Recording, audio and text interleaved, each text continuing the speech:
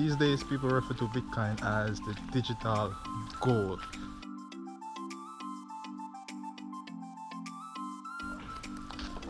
Hey, what's up, guys? Welcome back. So, what? Alright, camera quality fix and thing.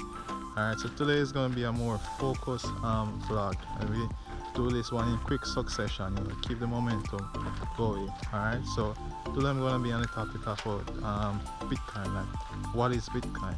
Alright, here I have with me a digital representation of a physical representation of Bitcoin, but Bitcoin is totally digital, it's totally online.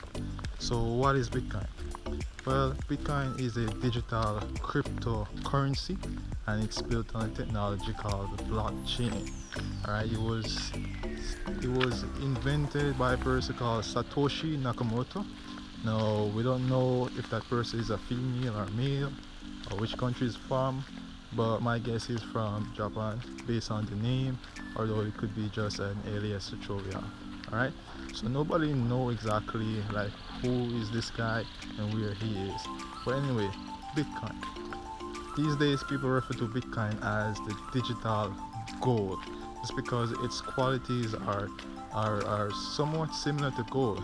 It is scarce, so in total there will be only 21 million Bitcoin, and there can be no more than 21 Bitcoin. Alright, there can be less though in the case where, for example, you lose your Bitcoin, but there cannot be no more than 21 Bitcoin. Alright, so Bitcoin is classed as digital gold. As I said, it is a store of value. It's a hedge against fiat currency. Fiat currency like US dollar or any other fiat currency. Like we know that we have an inflation thing going on.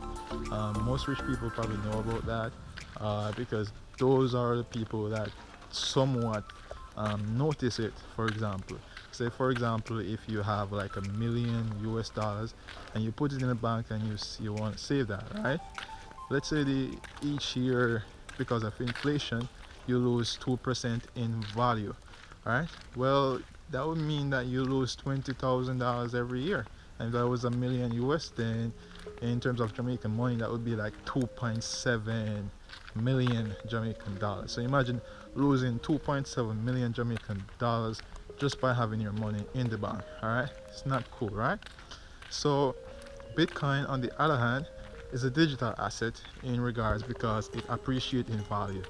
Just like how, for example, you have real estate and real estate appreciate in value, Bitcoin appreciate in value. All right, and because Bitcoin is scarce and there's only 21 in existence, so what happens is that whenever you have more buyers in the market than sellers, then that will drive the price go up. So for Jamaicans, let's break it down. For example, if for example like now, COVID season basically, right? And we know that food prices has gone up, right? And the reason for that is that because we have less people in the market selling food. So for example, if a potato used to cost like $50 per pound, and now you realize that potato is like $300 per pound, it's because you have few sellers in the market and you have a lot of people wanting potato to buy. So that is the case with Bitcoin, and the more and more people come to adapt and to know about Bitcoin, they're gonna want some Bitcoin, right? They're gonna want Bitcoin, they're gonna want to own Bitcoin, they're gonna want to be a part of this because as I said, it's a store of value, and you want your money to appreciate, not depreciate. All right, so and Bitcoin is still in its early stage at the moment, so like it's still very early to get involved despite the price being at 13,700, right? And before it was like a couple of dollars back in, I think, 2009, but it has grown so much, like over 1,000% increase and stuff, and it has a big rally in 2017. I think that's when I probably learned about Bitcoin, when all the hype was going on. And you'll probably hear more about Bitcoin again when the next hype starts to build. and right now we're at an all-time high in the market. We're at 13,700, and like if you compare it to other markets like the stock market and some other currency or forex market, you'll realize that Bitcoin is like actually on top compared to others, despite the coronavirus affecting the economy that much. All right, so it's a currency that you definitely want, and Bitcoin give you the ability to be your own bank per se. And as I said before, it's built on the blockchain technology. What is blockchain? So blockchain is this like digital database, right? It's digital decentralized database. So let me break it down. So for example, in the traditional system, like for example, you send money from, let's say Paul sent me $100, right? How that would work is that Paul's bank account would be debited $100, while my bank account would be credited $100, and that bank account would be, that database, that ledger would be in the bank and among all its branches, right? Bitcoin is much more global, and the banking system is centralized. Bitcoin is decentralized. So whenever a transaction like that is made, it is copied and reflected on the entire network, right? And it's more secure because it's less susceptible to hacks. Whereas in if a hacker was to try and hack your account and like send money from your account to their account, all they need to do is to target the central location, which would be the bank, right? They would target the bank and try to hack your account and stuff like, the bank has insurance and stuff like that, but they have to get the money from somewhere, right? So beside the point, it's very hard to hack. In order to hack somebody Bitcoin account, they would need to hack the entire network, and we have like millions and millions of computers worldwide. It's like the internet, so it's like you're trying to hack the internet, right? So you'll have to hack at least 51% of the internet just to like try to like steal money from your account, right? The only way you can access your Bitcoin account is what is called a private key. You can have a public key which allow everybody to like send money to you, and you can show people your public key and they can send money to you. But in order to access your account, you need a private key. All right, a private key is like what is the main security, so, and that you can store it on offline, right? So the safest place to store a private key is offline. You can store it on paper. So it's a group of like cryptographic characters, like, so it's not something that is readable, though we also have what is called like seed keys, which is readable form. But anyway, it's very secure, and that's the only thing that you need to secure having Bitcoin. And you don't have to walk around with a lot of cash right on you. You can have your Bitcoin. The other day somebody, they send like $1 billion to a transfer, and the transaction fee was pretty low. They paid like $3 something, right? If that was to be done through the bank, then the transaction fee would have been like maybe 2 to 3%, and maybe that would be a couple millions or a couple 100,000. To transfer that large size amount of money for that low cost is a big plus.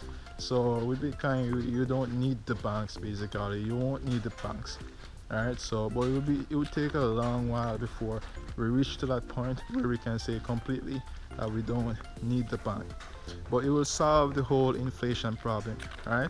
And the reason why your money loses value in the bank is because the system is somewhat corrupt. Like for example, we have the COVID-19 situation. Even though it was for a good cause, like the US, they printed a couple $1 trillion and they distributed it as stimulus package. So it's like free money. They printed it out of thin air, right? Whereas me and you, we have to work for that money, right? We have to produce, we have to be productive, we have to be creative, we have to work to produce that money. They print it out of thin air, hence no work is done. And that is why it would inflate the whole money supply, because when you have, it's like the opposite of Bitcoin. When you have too much fiat currency in the system now, like it will, like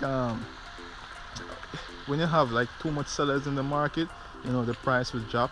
So it's like the same thing when you have too much fiat currency in the market. It will just devalue the currency and a whole. It won't mean a lot. It will just be like rubbish, like a lot of rubbish. Take for example Venezuela, where they have like money on the street and stuff like that, because it's not worth anything right now. It's like rubbish. All right, so that is Bitcoin in a nutshell. Where can you get Bitcoin? There's a website for international people like me here in Jamaica. There's a website called Paxful.com. However, with Paxful,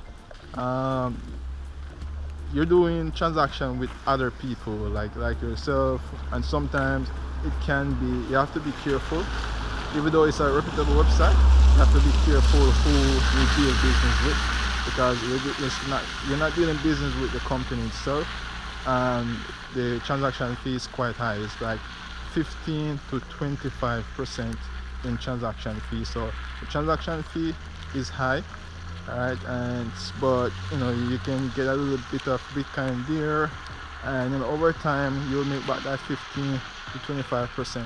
People who are in the US have it much more easier, because they can get Bitcoin for like 2 to 3% transaction fee or less. So it doesn't cost them that much, and sometimes 0% transaction fee. PayPal is getting into the whole gist of things too, so soon people will be able to like buy Bitcoin through PayPal, and that would be a big plus, especially if they allow it for international buyers. We are always last, right? We're always last. We, the third world country, we need it the most, but we're always last to like experience some of these benefits. So if you're here, you can like try to figure out, get some for yourself, and take advantage of this.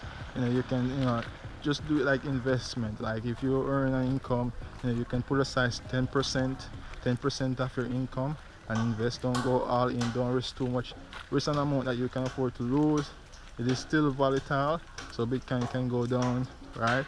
But if you plan to hold for the long term, those short term fluctuation won't be like much of a problem to you.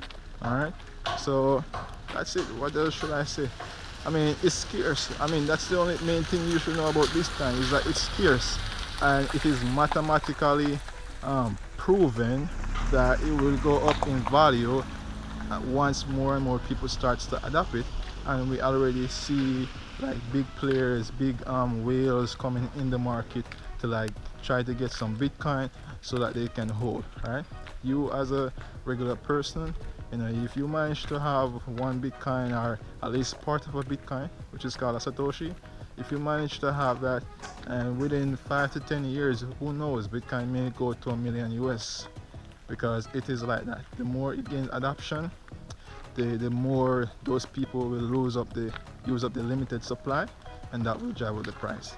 So I'm not going to go too long with this video. I'm going to end it here, keep it short, and I'll talk more on a different or related topic the next time if you guys want more of this content. So let me know, like, comment, subscribe, leave your questions in the comments, and I'll take a look at them. I'll respond to all of them.